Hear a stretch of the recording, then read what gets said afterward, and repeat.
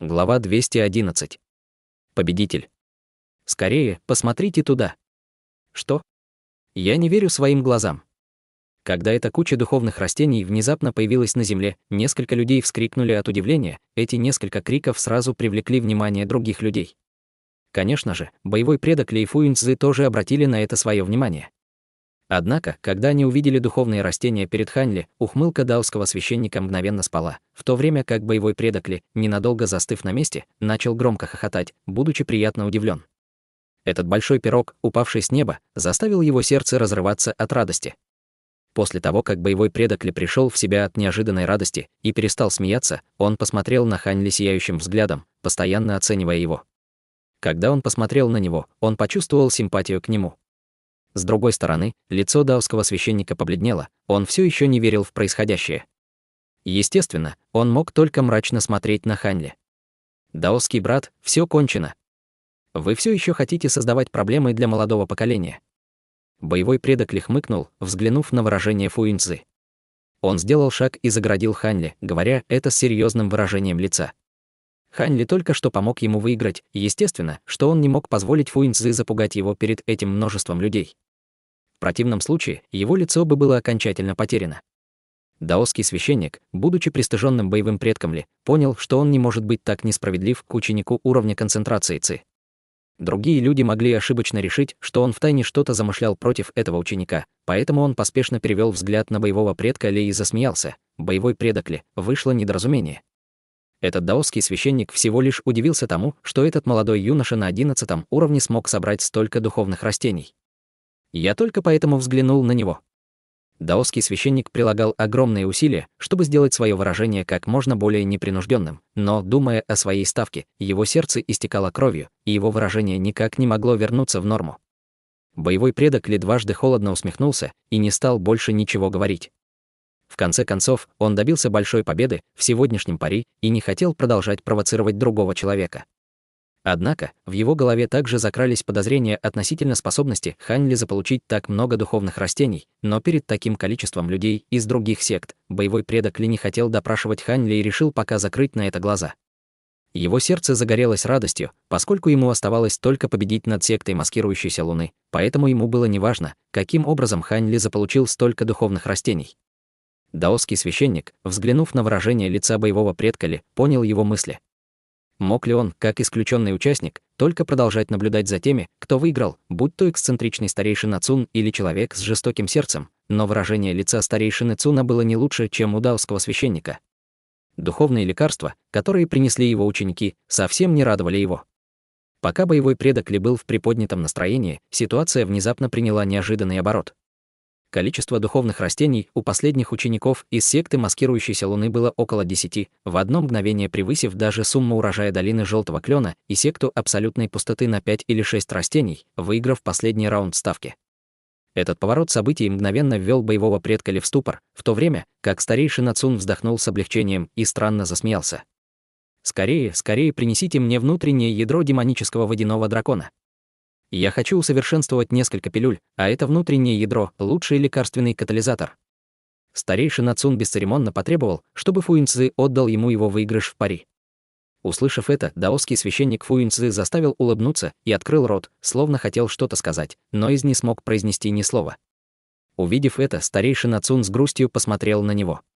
Что ж, может быть, секта абсолютной пустоты в лице Фуинцзы хочет отказаться от своей ставки. Отказаться от своей ставки. Как я смею отказываться от своей ставки по отношению к старейшине Цуну? Фуинцзы, естественно, не хотел терять внутреннее ядро дракона. Но потеря этого драгоценного предмета сильно его ранила, и он инстинктивно не хотел расставаться с ним.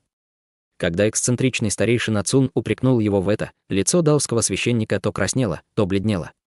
Яростно топнув ногой, он бросил белый шар другому человеку, затем отвернулся с выражением физической боли, что было написано на его лице, не желая смотреть. Эта сфера была внутренним ядром демонического дракона. Эксцентричный старейшина Цун схватил внутреннее ядро, подняв руку. Тщательно осмотрев его, он просиял от радости, но все еще бормотал. Похоже, что его качества не слишком хорошие, а его духовного ци на самом деле недостаточно. Похоже, что оно весьма обычно. Мне придется с этим смириться. Это предположение заставило лицо даосского священника покраснеть, когда он услышал это. Он чуть не умер от гнева из-за услышанного, но просто поспешил уйти подальше отсюда. Даосский друг ли вы? Через 20 лет ли отправит представителей с 2 кусками железной эссенции? Хех. Этот даосский друг ли по-прежнему такой прямолинейный? Мне больше нечего сказать. Старейшина Цун удовлетворенно кивнул головой, затем направился в сторону секты маскирующейся луны, очень довольный собой. В этом раунде пари было множество неожиданных поворотов, по-настоящему вызывающих удивление различных сторонних наблюдателей из разных сект. В конце концов, увидев попытки боевого предка Лей Фуинцзы украсть цыпленка, заманивая его рисом, привели только к потере риса, в результате чего все только злорадствовали. Кто сказал, что они ровня в азартных играх с старейшиной Цуном, независимо от всего этого, на этот раз путешествие в запрещенную зону закончилось. Руководители различных сект, собрав все духовные лекарства у своих учеников и проверив их своими духовными животными, попрощались и покинули это место один за другим, уводя с собой своих последователей. Секта маскирующейся луны ушла первой, попрощавшись, они вернулись в священную небесную лодку. Хань Ли проводил великолепную Наньгун взглядом. Однако, эта женщина ни разу не повернулась в его сторону, Хань чувствовал обиду в своем сердце. Однако Хань Ли можно считать человеком с крепким душевным здоровьем, поскольку он быстро восстановился и продолжил наблюдать, как другие уходили другие секты. Когда Хань Юньчжи с горы духовного зверя уходила, она взглянула на Хань Ли и мило улыбнулась ему. Теплое чувство появилось в сердце Хань Ли. Долина Желтого Клена, как хозяин запрещенной зоны, естественно, должна была бы уйти последней.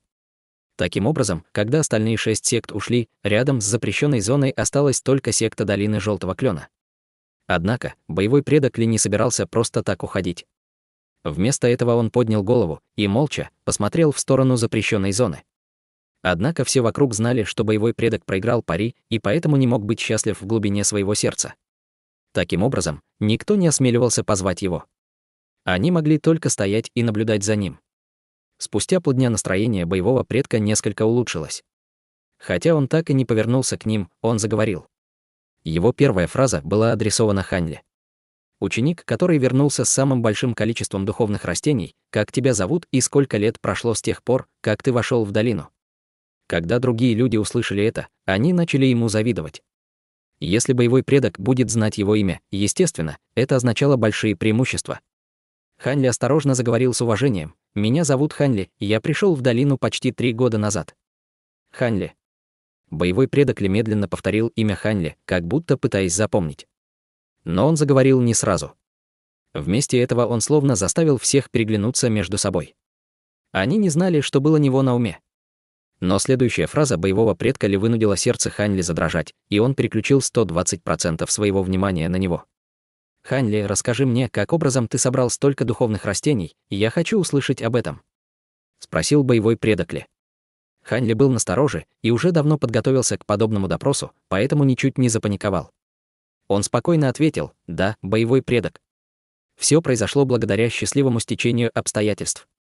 В тот день я скрывался на горе и не смог заполучить никакой реальной награды. Однако во второй половине 4-го дня я наткнулся на 2 сражавшихся в отдаленной пещере людей. Один из них был босой, с серебряным мечом, ученик из секты Гигантского меча, а другой был из Небесной Императорской крепости. На его лице были шрамы. Таким образом, обнаружив их, я спрятался». Именно так живо Хань Ли начал рассказывать историю о том, как ему удалось использовать конфликт 2 людей. Кроме того, он приложил все усилия, чтобы преувеличивать свою неожиданную удачу, вызывая зависть у остальных. Боевой предок Ли, услышав его рассказ, молча кивнул головой, чувствуя, что только таким образом это и могло произойти. В противном случае, как низкоуровневый ученик смог бы собрать так много духовных растений? Казалось, что он действительно был невероятно удачное стечение обстоятельств. Полагая, что он выяснил все, боевой предок Ли не хотел продолжать тратить время на допрос. Однако, немного помолчав, он неожиданно сказал Хань Ли с торжественным выражением: «Хань Ли, твои заслуги перед сектой в этот раз были немаленькими. Хотя я и не выиграл пари, я все равно должен вознаградить тебя. Я планирую принять тебя под свою опеку, и ты можешь стать одним из моих немногих учеников. Ты согласен?» Услышав это, Хань Ли мгновенно застыл на месте и не знал, что ответить, и когда другие люди из долины Желтого Клена услышали это, они были в шоке, а затем вылупились на Хань Ли с выражением, полным неверия. Это было слишком немыслимо. Или они что-то не расслышали? Этот старейшина, боевой предок, фактически принял его как своего ученика, вот так просто. Ведь этот ученик, говоря о его квалификации или технике культивации, был чрезвычайно посредственным. По правде говоря, нельзя было сказать, что он обладал какими-то качествами, благодаря которым его мог заметить боевой предок Ли.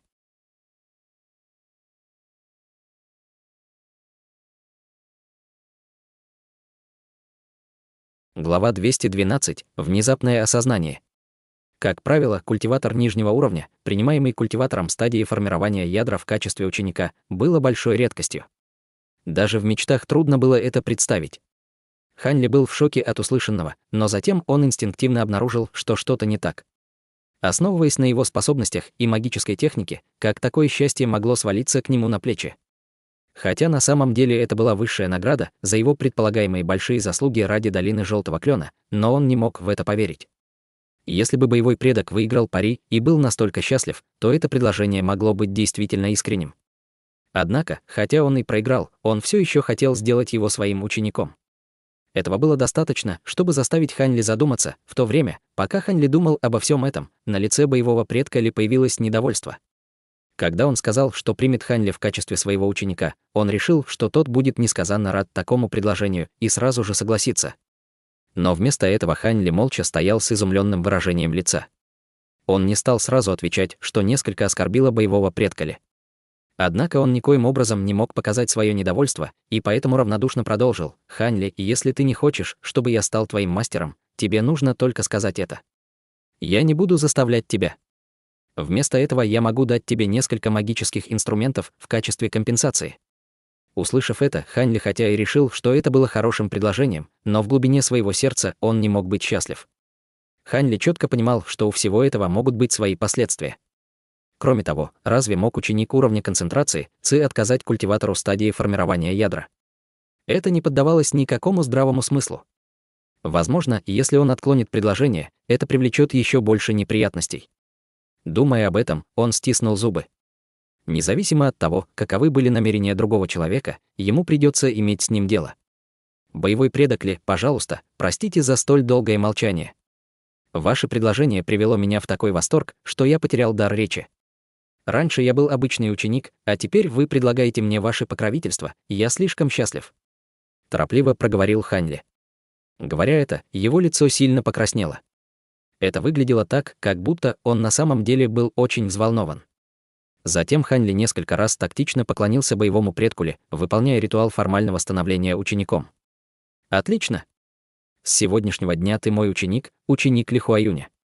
Этот магический инструмент, нефритовая световая сабля, мой подарок в знак приветствия». На лице Ли Хуаюня появилась сияющая улыбка, затем он вытянул руку, чтобы пожать ее Хань Ли. Следом за этим он передал ему нефритовую саблю. Судя по духовному свету, который она излучала, это был высокоранговый магический инструмент. Хань Ли торжественно принял длинную саблю двумя руками, затем снова поклонился, выразив свое почтение, прежде чем снова встать, делая вид, что не может сдержать свою радость.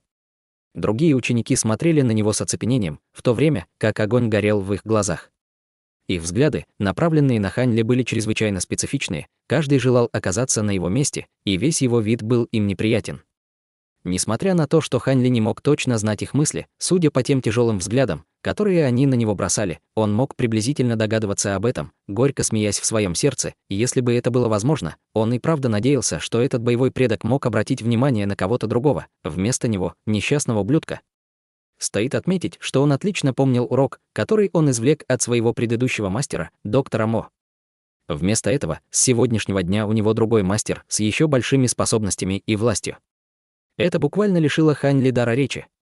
Когда ты, наконец, достигнешь стадии заложения фундамента, я лично приглашу тебя к себе и приму в качестве официального ученика.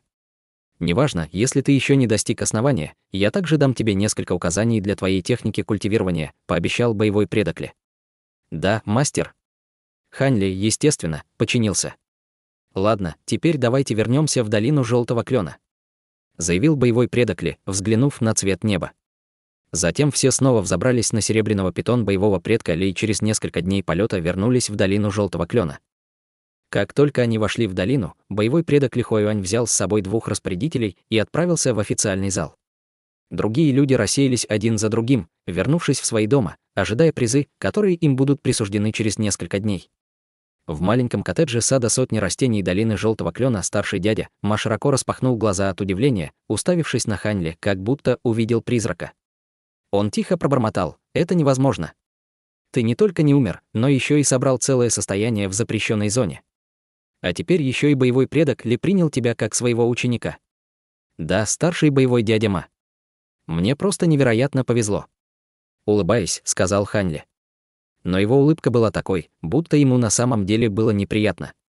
Выслушав слова Ханьли, выражение лица старика вернулось к обычному, но он начал пристально разглядывать Ханьли со странным выражением в глазах.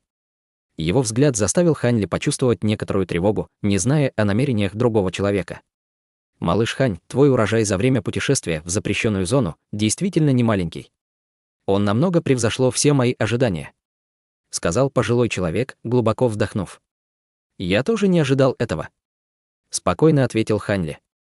«Но знаешь ли ты настоящую причину, почему младший боевой дядя Ли принял тебя в качестве своего ученика?» Изменение тона старика заставило Ханьли слегка вздрогнуть. Он сам еще сомневался по поводу этого решения в глубине своего сердца. Притворившись слегка смущенным, он спросил с удивлением: «Старший дядя Ма, разве может быть какая-то другая причина, что боевой предок Ли взял меня в ученики?» «Старший боевой дядя». «Хе-хе. Поскольку младший боевой брат Ханьли уже поклонился младшему боевому дяде, ты можешь называть меня просто старшим боевым братом Ма. Я больше не смею претендовать на звание твоего старшего боевого дяди». С расстановкой ответил маленький старик, слегка покачав головой. «Ох, почему старший боевой дядя Ма насмехается над младшим боевым племянником, как будто я не знаю, что старшинство в мире культивации назначается в соответствии с уровнем техники культивации. До тех пор, пока я не вошел в стадию заложения фундамента, я не смею называть вас старшим боевым братом», — искренне сказал Ханьли, и тотчас же налил чашечку цветочного чая для маленького старика и передал ему. «Неплохо, неплохо. Ты действительно добьешься успеха. Похоже, ты еще не потерял рассудок из-за этого, так что послушай, что я скажу тебе прямо сейчас. На самом деле, даже если я этого не скажу, ты и сам узнаешь об этом через 3-4 дня», — тихо проговорил старик, утвердительно кивая головой. Услышав это, Ханьли слегка испугался, но сосредоточился на том, что собирался сказать старик. Стоит отметить, что он всегда приходил в затруднение касательно его внезапного принятия в ученики боевым предком Ли. Таким образом, он, естественно, не стал бы упускать возможность получить объяснение заранее. «Какие награды ты можешь получить, раз ты принес столько много духовных растений?» Вдруг спросил старик, меняя тему разговора. «Я могу обменять их на 2 гранулы заложения фундамента. Я уже спрашивал об этом раньше. Если кто-то приносит более 10 духовных лекарств, он может обменять их на 1 гранулу заложения фундамента», — послушно ответил Ханьли. Он знал, что у него есть причина задавать такой вопрос. «ХММ. Через несколько дней, когда придет твое вознаграждение, ты получишь только 1 гранулу заложения фундамента. О том, чтобы получить 2, можешь даже не мечтать». Слегка улыбнувшись, сказал старик. «Что? Как же так? Есть люди, которые присваивают награды». Ханьли почти вскочил с места, он не верил своим ушам. «Это не присваивание. Никто не осмелится на это. Просто твоя награда уменьшилась. Остальные тоже должны получить всю свою награду. В противном случае, кто решится на участие в следующем испытании кровью и огнем?» Объяснил маленький старик с наклонным ртом. «Может быть, это как-то связано с боевым предком Ли?» Серьезно спросил Ханьли, наклонив голову и задумавшись на мгновение. «Тебя никак нельзя считать слишком глупым, так как ты быстро понял всю суть дела. Именно поэтому боевой предок Ли принял тебя как своего ученика». Маленький старик кивнул, и в его глазах мелькнуло восхищение. В секте есть неписанные правила. Мастер имеет право взять половину выигрыша ученика в качестве подарка секте. Таким образом, ученик выражает благодарность мастеру. Конечно, это можно сделать только 1 раз, повтор невозможен. Духовные лекарства, которые ты собрал в запрещенной зоне, можно считать своего рода данью секте. Таким образом, я считаю, что причина, по которой боевой предок Ли принял тебя, как своего ученика, скорее всего в том, что он хотел заполучить половину ваших духовных растений. Естественно, что из-за этого количество духовных растений уменьшается вдвое, следовательно, ты получишь только половину своего выигрыша. Так что оставь все надежды, чтобы получить 2 гранулы заложения фундамента», — объяснил маленький старик. Ханьли приподнял брови, но в его глазах не было никакого следа гнева, он только беззвучно опустил голову. Из-за этого старик был немного удивлен и почувствовал, будто что-то пошло не так. Он, естественно, не знал, что Хань Ли не только не сердился, но даже сделал глубокий выдох и смог расслабиться. Оказалось, что новый мастер всего лишь хотел духовных растений. Этого Хань Ли не ожидал, но, выяснив причину, он мог расслабиться. Для Хань Ли, у которого уже было 2 гранулы заложения фундамента, потеря одной ничего не значила. Маленький старик не знал, о чем думал Хань Ли. Увидев, что Хань Ли не произнес ни звука, он решил, что Хань Ли просто сдерживается. Таким образом, он слегка рассмеялся и начал утешать Хань Ли. «Хотя ты получишь только 1 пилюлю, ты обменял ее на то, чтобы быть учеником боевого предка Ли, так что это не так уж плохо. Следует отметить, что ты не обладаешь таким уж выдающимся талантом, так что ты бы все равно не смог усвоить 2 пилюли, и твои шансы на то, чтобы достигнуть стадии заложения фундамента, не так уж высоки. Вместо этого ты приобрел такого влиятельного покровителя, как боевой предок Ли. Так что даже если ты все еще на уровне концентрации Ци, почти никто из секты не осмелится спровоцировать тебя. Ты должен знать, что хотя боевой предок Ли не искренне принял тебя как своего ученика, у тебя все равно есть его влияние. Разве какой-нибудь рядовой ученик или распорядитель осмелится тебя побеспокоить? Насколько я знаю, младший боевой дядя Ли трепетно относится к своей репутации. Когда Хань Ли услышал это, он был тронут. Перед тем, как отправиться в запрещенную зону, этот маленький старик передал ему 2 бутылки с пилюлями, так что это определенно был человек с холодной снаружи, но с теплым сердцем внутри. У этого человека действительно был хороший характер. Но услышав эти слова, они глубоко тронули его сердце. Казалось, что другой человек по-настоящему хорошо к нему относился, хотя Хань Ли подумал об этом, снаружи он притворялся, что не сильно тронут словами старика. Слегка усмехнувшись, он продолжил разговор с ним. Старший боевой дядя Ма, видя, что Хань Ли оправился от этой неудачи, был очень счастлив в своем сердце, и вскоре после этого он попрощался и ушел. Сад сотни растений, естественно, снова были под присмотром Хань Ли.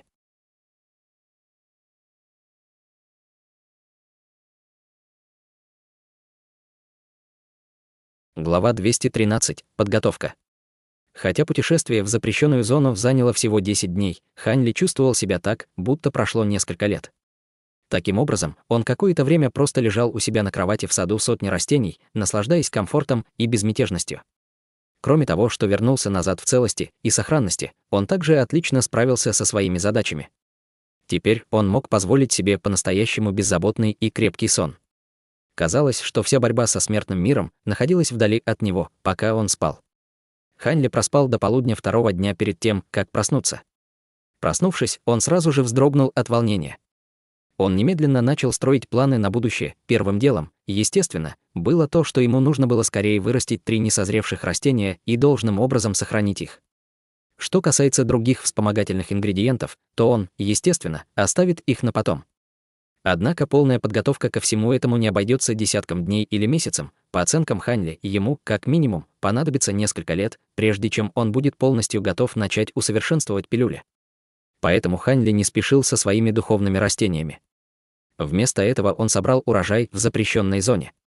Результатом его путешествия было то, что он заполучил более 10 среднеранговых духовных камней, несколько сотен низкоранговых камней, большую кучу магических инструментов всех видов, несколько кусков панциря демонической многоножки, несколько материалов из черного водяного дракона, а также кучу мусора. Однако среди этих предметов была пара, что интересовало его больше всего. Фигурка с луком и стрелой и блестящей, серебряная книжная страница. Эта фигурка была вырезана из дерева.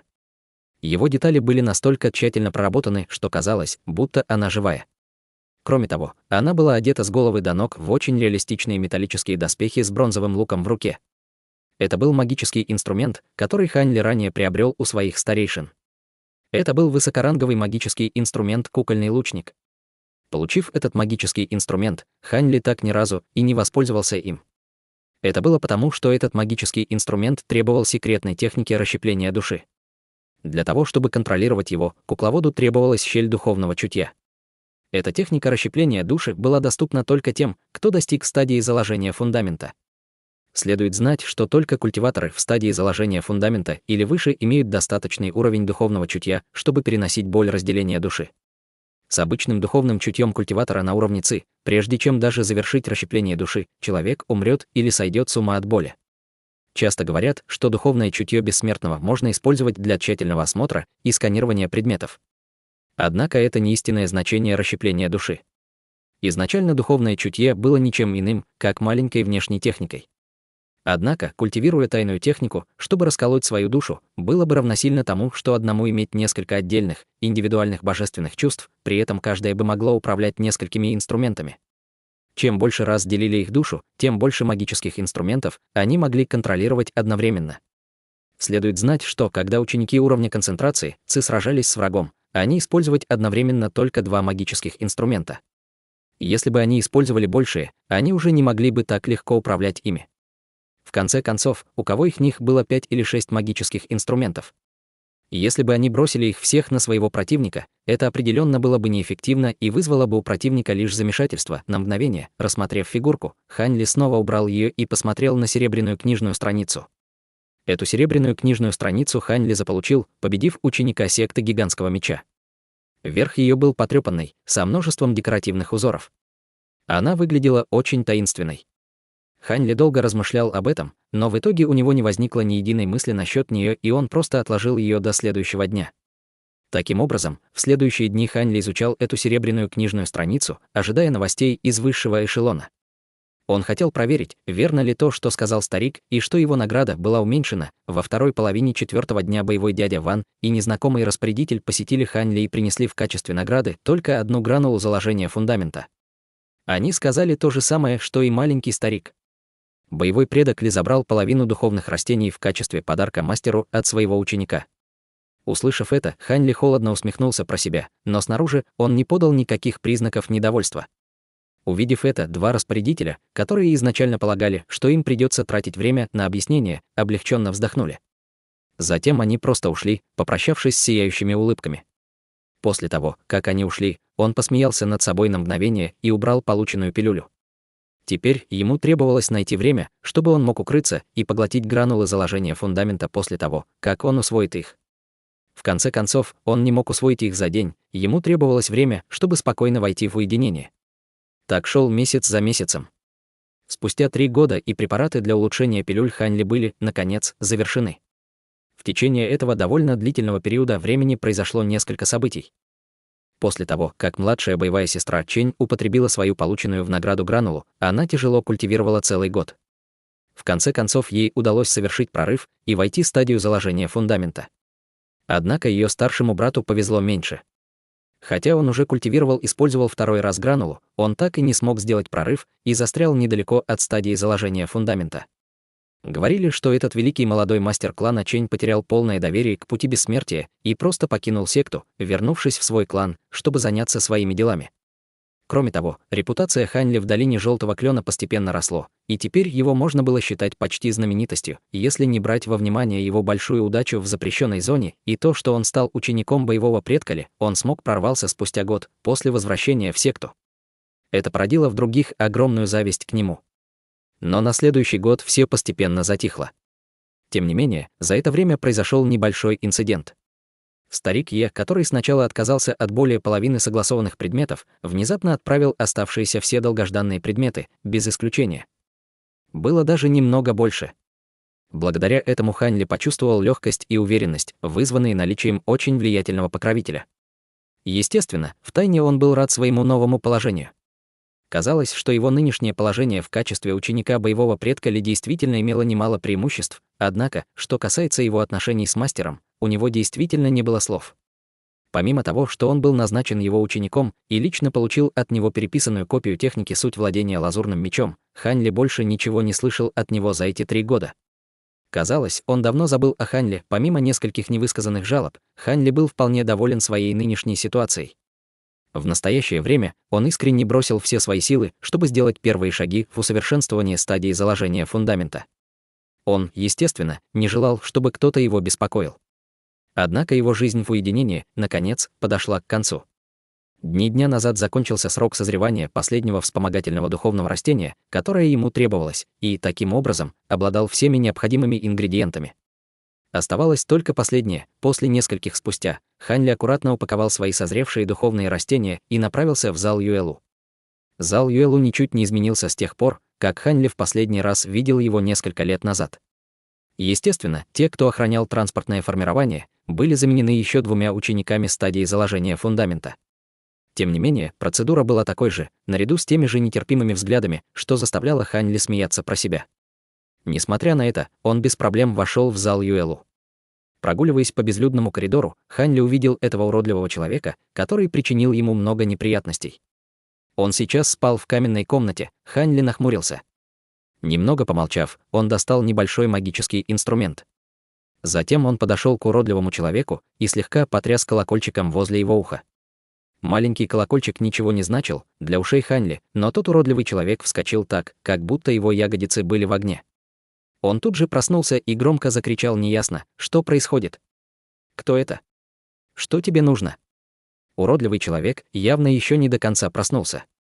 На данный момент он фактически проявил неуважение к Хань Ли. Но Хань Ли не посчитал это грубостью и сразу напоминал свой титул в качестве ученика мастера Ли. «Я ученик боевого предка Ли Хуаюня, и я желаю взять пламя земли для своих собственных целей. Вы собираетесь открывать дверь? Боевой предок Ли?»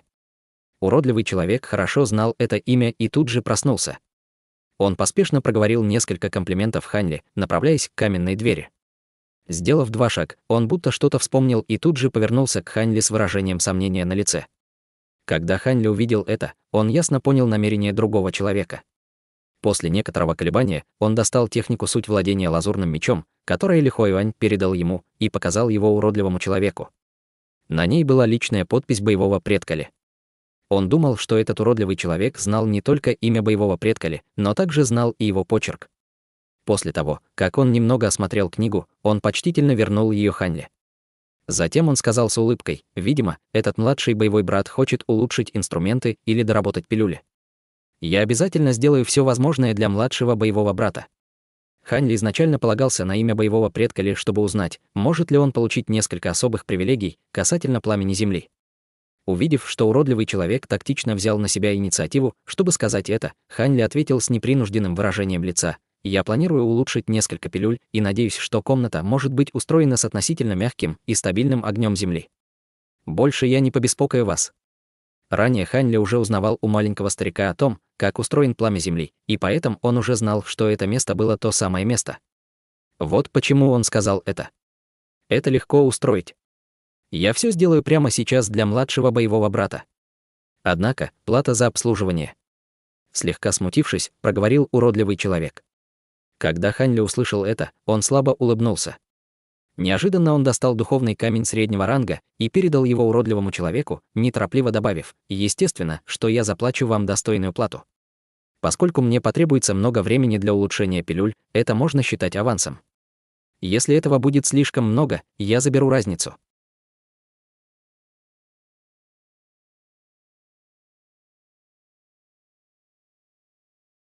Глава 214. Комната пламени земли. Хе-хе-хе. Хорошо, хорошо. Я сейчас все приготовлю все для младшего боевого брата. Уродливый человек, увидев, что Хань Ли действительно отдал ему духовный камень среднего ранга, сразу же радостно улыбнулся.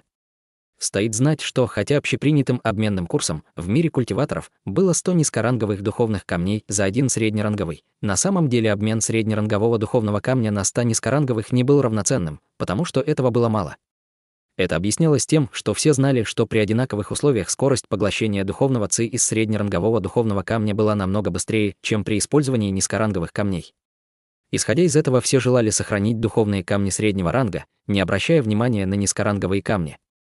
Ситуация при обмене высокоранговых камней на среднерановые камни была точно такой же. После того, как уродливый человек радостно принял этот среднеранговый духовный камень, он стал еще более подобострастно относиться к Хань Ли. Он немедленно проводил Хань Ли к огромной пятицветной каменной двери и вытащил пурпурный командный медальон из-за пояса, направил его на каменную дверь, и он затрясся. Красный свет вспыхнул в пурпурном командном медальоне, и из него выстрелил розоватый свет, точно попав в дверь. В результате этого свет на двери начал вращаться. Это заставило пятицветный плавный свет быстро вращаться.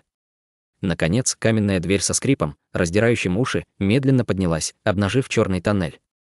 Этот тоннель был высотой в несколько десятков футов и имел квадратную форму. Младший боевой брат, комната с пламенем земли вниз по этой каменной дорожке. «Можем отправиться туда прямо сейчас», — сказал уродливый человек Хань Ли, еле сдерживая свою улыбку. Ханли кивнул головой, ничего не сказав, а затем первым вошел в тоннель. Хотя этот доковый камень нельзя считать редким предметом, он по-прежнему не является широко распространенным материалом в этом мире. Несколько поколений боевых предков потратили множество сил, чтобы построить эти комнаты из доковых камней, поскольку невозможно было найти такое количество за один раз. Из-за способности докового камня противостоять высоким температурам и странным эффектам, которые он придает при усовершенствовании, не было ни единой катастрофы с тех пор, как пламя Земли начало гореть. Рассказывал уродливый человек в то время, пока он шел впереди. Ханли очень заинтересовался услышанным и не смог устоять перед тем, чтобы не дотронуться до каменной стены рядом с ним. Дотронувшись до нее, он обнаружил, что она гладкая и холодная. Этот доковый камень, где он производится? Он может противостоять пламени Земли, который на 30% горячее, чем обычный огонь. Это действительно нечто особенное. Ханли выразил свое одобрение, а также небрежно спросил. Этот. Я слышал, что, хотя это не слишком редкий предмет, наше государство Юэ действительно не производит его. Весь этот материал был получен боевыми предками с Далекого Запада. Это действительно было очень хлопотно, объяснил уродливый человек. Ханли продолжал следовать за уродливым человеком. Спустя какое-то время они прошли через двое других больших каменных дверей, наконец, выйдя из каменного туннеля. Они оказались в большом, круглом вестибюле. Этот большой вестибюль также был сделан из докового камня, его диаметр составлял 4 или 5 сотен футов, а высоту он был больше 100 футов. Он был просто невероятно огромен. Вокруг было около 30 дверей из белого камня, расположенных на одинаковом расстоянии по всему вестибюлю. В большом вестибюле не было следов других людей. Там были только Ханли и уродливый человек, которые только что пришли. Ханли с любопытством осмотрел это место, в то время, как уродливый человек сказал со смехом: «Под этим большим вестибюлем находится очаг пламени Земли, самый яркий из всех. Наша секта открыла в общей сложности 36 комнат с пламенем Земли для усовершенствования пилюль. Это номер 18 и номер 19. Однако номер 18 уже занята старшим боевым дядей, поэтому младший боевой брат может использовать номер 19. Хотя он немного хуже, чем 18, но интенсивность пламени и стабильность также чрезвычайно выдающаяся», — с усмешкой сказал уродливый человек. Говоря это, он подвел Ханли к двери с позолоченной надписью 19. Услышав это, Ханли ничего не сказал, а только молча кивнул головой, что означало его согласие. Уродливый человек, увидев это, тут же вытащил нефритовую плитку и воткнул его в дверь, в результате чего она тут же открылась. Затем в комнату вошел уродливый человек, а за ним Ханли. Комната была квадратной формы, площадь ее составляла в среднем около 80 или 90 квадратных футов. В глубине комнаты был круглый очаг, шириной в несколько футов. На каждой из 4 стен висела бутылочная тыква размером с кулак, а в углу комнаты был медитационный коврик. Круглый очаг был сделан из докового камня и был чрезвычайно плоским, в высоту не более полуфута. Однако он был окружен 8 реалистичными, огненно-красными, миниатюрными фигурками дракона. Кроме того, рты драконов были слегка приоткрыты и направлены на место в воздухе в самой середине очага. Все это выглядело так, будто они собирались плюнуть. Увидев обстановку комнаты, Ханли был очень удивлен, но прежде, чем он даже открыл рот, чтобы спросить, уродливый человек подошел к очагу и начал все объяснять Ханли. «Младший боевой брат, эта комната пламени Земли открыта. Пламя Земли, необходимое для усовершенствования пилюли, выстреливает из этих 8 драконов. Кроме того, можно настроить интенсивность и высоту пламени в соответствии с вашей необходимостью. Точный метод контроля выгравирован на поверхности очага», — объяснил уродливый человек, указывая на него. Затем он указал на 4 тыквы, висящие на стенах, и сказал: «Внутри этих тыкв есть искристый песок, который может временно добавить интенсивность пламени.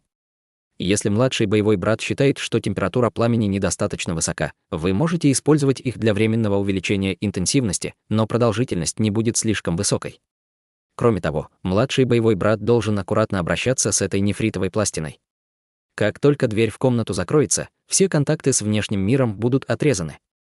Если только множество культиваторов стадии заложения фундамента не объединят свои силы, никто не сможет проникнуть извне, поэтому младший боевой брат может быть уверен, что абсолютно никто не сможет вас здесь потревожить». Услышав эти слова, Ханли начал обрадоваться в глубине своего сердца. Эта полностью закрытая комната была именно тем местом, которое ему было нужно, поэтому на его лице все же проступили следы восхищения. Уродливый человек, видя, что достаточно хорошо все объяснил, попрощался и ушел. Наблюдая за тем, как уродливый человек вышел из комнаты, Хань Ли немедленно применил нефритовую пластину и захлопнул каменную дверь. Затем он взволнованно подошел к круглому очагу и несколько раз обошел вокруг по периметру, внимательно рассматривая этих драконов. В последние несколько лет Хань Ли целенаправленно потратил много времени на изучение методов усовершенствования таблеток, и все ради усовершенствования этой гранулы заложения фундамента. Таким образом, его нельзя было назвать незнакомым с алхимии. Он знал, что успех в усовершенствовании пилюли заключается в контроле огня, а также с открытием печи для получения таблетки в правильное время. Поскольку предыдущие поколения уже реализовывали этот метод бесчисленное количество раз, ему не нужно было беспокоиться насчет состава ингредиентов и их количества. Конечно, надлежащее увеличение или уменьшение количества, необходимого для получения таблетки, было приемлемо. До тех пор, пока один следовал за фиксированной шкалой, разрешалось как увеличение, так и уменьшение количества ингредиентов. Однако, легко сказать, но сделать это на самом деле было бы крайне сложно. После подробного изучения управлением огнем печи, также нужно было понять, как открыть печь в нужное время. Кто знал, что эта проблема поставила в тупик множество перспективных алхимиков, даже нынешние, самые известные мастера алхимии не могли признаться в том, что их шанс на успех в усовершенствовании гранулы заложения фундамента был 50 на 50. И это было при том, что они были более опытными, чем Хань Ли. Так что не стоит и говорить об обычном алхимике, успех в усовершенствовании гранулы полностью зависел от опыта алхимика. Таким образом, и алхимики, и мастера изготовления талисманов были не только самыми прибыльными профессиями в мире культиваторов, но и самыми популярными. Так что, исходя из этой информации, он отлично знал, с чем имел дело. Однако он по-прежнему желал самостоятельно усовершенствовать гранулу заложения фундамента. Он планировал это сделать с самого начала, усовершенствовать гранулы одну за другой. Таким образом, независимо от того, сколько бы раз он потерпел неудачу, он не слишком беспокоился о потере духовных растений. К тому же количество растений, которые он приготовил, хватило бы и на 100 таблеток. Он предполагал, что такого количества ингредиентов достаточно, чтобы все опробовать. Таким образом, Хань Ли решил использовать драконов по памяти. Затем он начал формировать руками соответствующие печати, в результате чего 8 драконов начали светиться. Они медленно поглощали красный свет, а их рты открылись шире. Насыщенное, фиолетовое пламя вырвалось изо рта каждого. Высокая температура пламени мгновенно распространилась по воздуху в комнате. Это сильно удивило Хань Ли. Затем Хань Ли попытался настроить плотность пламени, а также манипулировать высотой пламени, бьющей от драконов. Научившись с легкостью контролировать их, он погасил пламя. Затем он направился к коврику для медитации и сел на него, скрестив ноги, а затем начал восстанавливать свою энергию. Хань Ли просидел так больше половины дня. Почувствовав, что его энергия и физическая сила достигли оптимального состояния, он открыл глаза и встал, готовясь начать процесс усовершенствования гранул. К счастью, техника совершенствования Хань Ли, к счастью, давно прошла 10-й слой, что позволило ему воздерживаться от еды. Таким образом, ему не нужно было есть. Затем Хань Ли достал серебряный котел из своей сумки, который он купил сегодня. Магическая техника, которую он сегодня культивировал, также предназначалась для сегодняшней задачи, и он много дней ее изучал. Хань Ли снова выпустил красный свет по направлению к драконам, стимулируя выпуск потока фиолетового пламени Земли. Поскольку Хань Ли еще не поместил ингредиенты внутрь котла, он сделал струю пламени очень тонкой, словно шелковая нить. Затем он заставил серебряный котел вращаться в воздухе, нагревая его пламенем. Через четверть часа серебряный котел был уже достаточно горячим, распространяя повсюду невероятно высокую температуру. Увидев это, Хань Ли сдвинул крышку котла, заставив ее взлететь в воздух, чтобы открыть котел. Щелкнув правой рукой, в ней появилась нефритовая бутылка. В ней было определенное количество тонкой духовной лекарственной пудры, которую он приготовил заранее. Контролируя маленькую бутылочку, Хань Ли полностью высыпал лекарственный порошок из бутылки в серебряный котел. Затем он отбросил эту бутылку и достал еще одну, проделав то же самое. Таким образом, Хань Ли полностью поместил все 10 духовных растений, которые были ему необходимы, в серебряный котел, а затем снова закрыл крышку. Первый этап прошел идеально, без ошибок.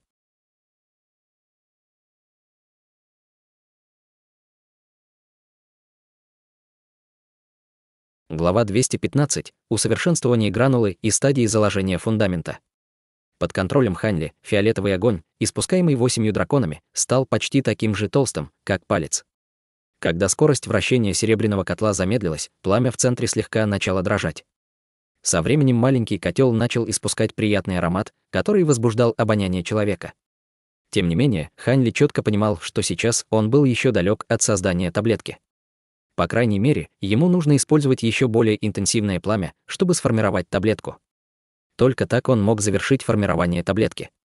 С этой мыслью фиолетовое пламя под контролем Хань Ли стало еще более ослепительным, толщиной с чашу для риса, из-за чего весь котел стал будто бы погружен в огонь. Издалека маленький котел уже казался массивным огненным шаром, и аромат растений стал еще более насыщенным. Хань Ли знал, что теперь лекарственный порошок начал формироваться в таблетку, и поэтому он стал более осторожным. Но в этот момент из котла раздался приглушенный взрыв. Хотя его звук был негромким, сердце Хань Ли ушло в пятки, а выражение его лица изменилось. Немного поколебавшись, Хань Ли вздохнул и остановил пламя. Затем, взмахнув рукой, он открыл крышку котла и заглянул в него. В котле были множество кусочков светло-голубого твердого вещества. Казалось, что это были остатки не до конца сформировавшейся таблетки. Хань Ли покачал головой и достал нефритовую коробку, положив ее на землю. Затем он перевернул котел, высыпая отходы в коробку, а затем убирал ее. Даже если это были отходы, они все еще состояли из различных духовных лекарственных порошков, которые еще не свернулись. Хань Ли не мог выкинуть их просто так. Кто знал, возможно, в будущем у него будут другие способы применить их. Покончив с этим, Хань Ли вернулся к коврику для медитации и сел в ожидании, пока остынет котел, прежде чем снова начать изготавливать пилюли. Он проделывал ту же самую процедуру с теми же порошковыми ингредиентами и той же методикой при контроле пламени, но, к сожалению, каждый раз, когда он терпел неудачу на этапе формирования таблетки. На этот раз на лице Хань Ли не было совсем никакого выражения. Поправив все, он молча начал следующий цикл. Прошел уже месяц. Уродливый человек, видя, что Хань Ли еще не выходил из комнаты, был очень шокирован. Тем не менее, этот факт его обрадовал, поскольку, таким образом, он мог получить еще большую плату. Через 2 месяца каменная дверь, номер 19, все еще была закрыта. Кроме восторга в его сердце, уродливый человек также чувствовал большое удивление. 3 месяца. Через 6 месяцев Хань Ли все еще находился там. Теперь радость уродливого человека исчезла полностью, оставив только выражение «полное беспокойство». Полгода для формирования таблеток или улучшения оружия не были очень редким явлением. Много раз уродливый человек видел даже более длительные периоды уединения, но люди, которые провели столько времени в комнате пламени Земли, были, по крайней мере, учениками выше стадии заложения фундамента. Это был первый раз, когда ученик уровня концентрации ЦИ, такой как Хань Ли, провел так много времени внутри, пытаясь улучшить таблетку. Кроме того, ученики уровня концентрации ЦИ могли продержаться без еды не более месяца. Неужели ученик боевого предка Ли взял с собой воду и еду, что позволяет ему оставаться там так долго? Думая об этом, на лице уродливого человека появились сомнения. Внутри комнаты пламени Земли Хань Ли сидел, скрестив ноги, на коврике для медитаций, глядя на 20 голубых гранул заложения фундамента. На его лице была задумчивость. Эти таблетки были наградой за пролитую кровь, пот и слезы Хань Ли в течение последних 6 месяцев. Создать их было поистине огромным трудом. Хань Ли не смог пройти стадию формирования пилюли для первых 20 или около того проб. Глядя на каждую из отработанных таблеток, его сердце обливалось кровью. Он почти сдался, решив, что после того, как он вернется и изучит правильные методы алхимии у других алхимиков, он снова начнет перерабатывать гранулы заложения фундамента. Хотя ему было жалко то время, которое он потратил впустую, но он не мог больше тщетно растрачивать свои духовные растения, однако, прежде чем он собрался уйти, он почувствовал какое-то божественное вдохновение, открыл котел и попробовать сделать еще одну таблетку. И на этот раз, как будто с помощью богов, пилюля действительно свернулась. Кроме того, когда он открыл печь, чтобы достать таблетку, он чудесным образом смог восстановить ее с первой попытки. Таким образом, он получил свою первую гранулу заложения фундамента, которую он создал своими руками. Эта пилюля была точно такой же, как те 3 другие, которые уже были у него. Из-за этого Хань Ли пришел в восторг, вследствие этого Хань Ли стиснул зубы и развеял идею о возвращении. Он успокоил свое сердце и продолжил. Со времени этого успеха Хань Ли стал успешно продвигаться в формировании таблеток. За 3 захода успешно коагулировал 1 таблетку. Что касается открытия печи, то тут Хань Ли обладал необыкновенным, врожденным мастерством. Он с первого раза успешно извлек из печи больше половины лекарственных таблеток. Этого Хань Ли никак не ожидал. Когда Хань Ли чувствовал жажду или голод, он вынимал бутылку с пищевыми таблетками, которые он получил от маленького старика, и ел. Только благодаря этому он продержался месяц. Следующую бутылку он получил, обменяв ее на несколько столетних духовных растений. И теперь они пригодились. Таким образом, когда сырые материалы, которыми обладал Ханли, были почти полностью израсходованы, он создал невероятное количество гранул заложения фундамента. Их количество полностью превзошло все его ожидания. В самом начале, когда он услышал о больших трудностях, связанных с усовершенствованием таблеток, он решил, что будет неплохо, если ему удастся создать 7 или 8 таблеток. Но сегодня оказалось, что не так и сложно усовершенствовать таблетки, как он слышал из мира культиваторов. Неужели эти алхимики вводят в заблуждение других культиваторов? Или у него просто был врожденный талант к переработке таблеток? Ханли почувствовал недоумение, на самом деле его мысли были далеки от истины. Техника усовершенствования таблеток была фактически даже более трудной, чем об этом было известно во внешнем мире. Невозможно было бы обучать алхимика со средним талантом меньше, чем за 20-30 лет, даже за астрономическую сумму денег. И сегодня Ханли в отношении его умения перерабатывать гранулы заложения фундамента уже можно было считать частью высшего эшелона по сравнению с другими средними алхимиками. Причина, по которой такое немыслимое явление могло произойти, полностью объяснялась тем, что Ханли пытался создать одну и ту же таблетку в течение полугода. Стоит отметить, что даже самые богатые и внушительные секты не имеют достаточного запаса ингредиентов, чтобы позволить алхимику усовершенствовать одну и ту же таблетку в течение половины года. Подобное было невозможно, если бы дело касалось пилюлей самого низкого класса. Однако, если это были низкосортные лекарственные пилюли, то зачем нужно было целенаправленно совершенствовать и накапливать опыт? В любом случае, ингредиенты были дешевыми, и если она не была доработана, можно было просто начать заново. Ханли этого не понимал, потому что он никогда с этим не сталкивался. Однако, он не стал слишком долго задумываться над этим. Это было потому, что у него внезапно возникла идея немедленно проглотить гранулу заложения фундамента и попытаться сделать прорыв. Эта мысль была чрезвычайно навязчивой, поэтому Ханли всерьез задумался над тем, чтобы покинуть комнату пламени Земли. Спустя 11 месяцев каменная дверь в комнату пламени Земли, в которой находился Ханли, по-прежнему оставалась плотно закрытой, без каких-либо признаков того, что ее открывали. Уродливый человек неотрывно смотрел на 19-ю каменную дверь с озабоченным выражением лица. Он был уверен, что внутри с Ханли определенно что-то произошло. Потому что спустя такое время даже культиваторы стадии заложения фундамента должны были уже выйти. Он не беспокоился о Ханли как о человеке. Скорее, он всерьез опасался, что боевой предок Ли, узнав о неудаче ученика, сорвет на нем свой гнев. Кроме того, хотя он был близким родственником главы секты Чжун, и именно поэтому он был приставлен к этому месту, уродливому человеку было абсолютно ясно, что если боевой предок Ли действительно разозлится на него, даже его покровитель не поможет ему выйти из этого затруднительного положения. Когда уродливый человек уже был на грани нервного срыва, каменная дверь перед ним внезапно вспыхнула белым светом, а затем беззвучно открылась. Затем оттуда вышел человек, сияющий от успеха. Это был Ханли, который пробыл в комнате почти год. При виде него уродливый человек был одновременно удивлен и счастлив. Он поспешно сделал несколько шагов по направлению к нему, жалуясь: «Младший боевой брат, почему вы вышли только сейчас? Если бы вы не вышли, я бы...» «Я? Вы?» Сказав это, глаза уродливого человека внезапно округлились, как будто он увидел призрак. Он уставился на Ханли с открытым ртом и ничего не мог сказать. «Что со мной, что-то не так?» — спросил Ханли с легкой улыбкой, взглянув на свет, который внезапно вспыхнул на лице человека. «Вы? Ваша культивация? А? Вы прорвались на стадию заложения фундамента?» Придя в себя, уродливый человек проговорил, заикаясь. Было очевидно, что он был в сильном замешательстве. «Да.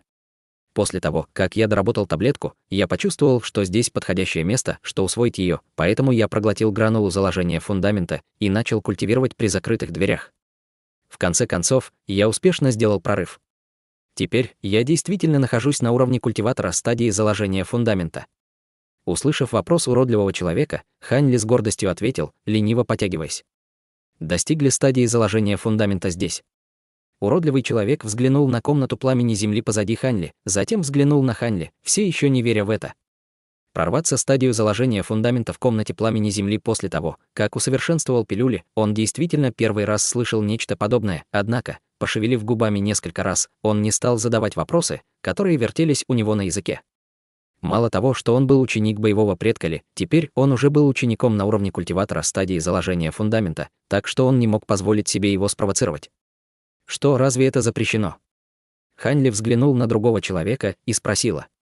Он немедленно испустил давление, которое могли высвободить только культиваторы фонда. Это привело к тому, что уродливый человек, который стоял рядом с ним, мгновенно отступил на несколько шагов назад и немного вспотел. Конечно, нет. Таких бессмысленных правил нет. Поздравляю боевого дядю с большим успехом во время его уединения. Уродливый человек был на самом деле очень умным, сразу же кивнув головой и склонившись по пояс, выражая свое почтение. Он изменил даже свой тон, с которым он обращался к Ханьли, и теперь вместо младшего боевого брата он обращался к нему как к боевому дяде. Поскольку сегодня другой человек успешно достиг стадии заложения фундамента, можно было считать, что он был выше по статусу уродливого человека, поэтому он стал более почтительным. Уродливый человек мог быстро адаптироваться к любой ситуации. Он очень хорошо понимал, как следует себя вести с теми, у кого больше силы в мире культивации.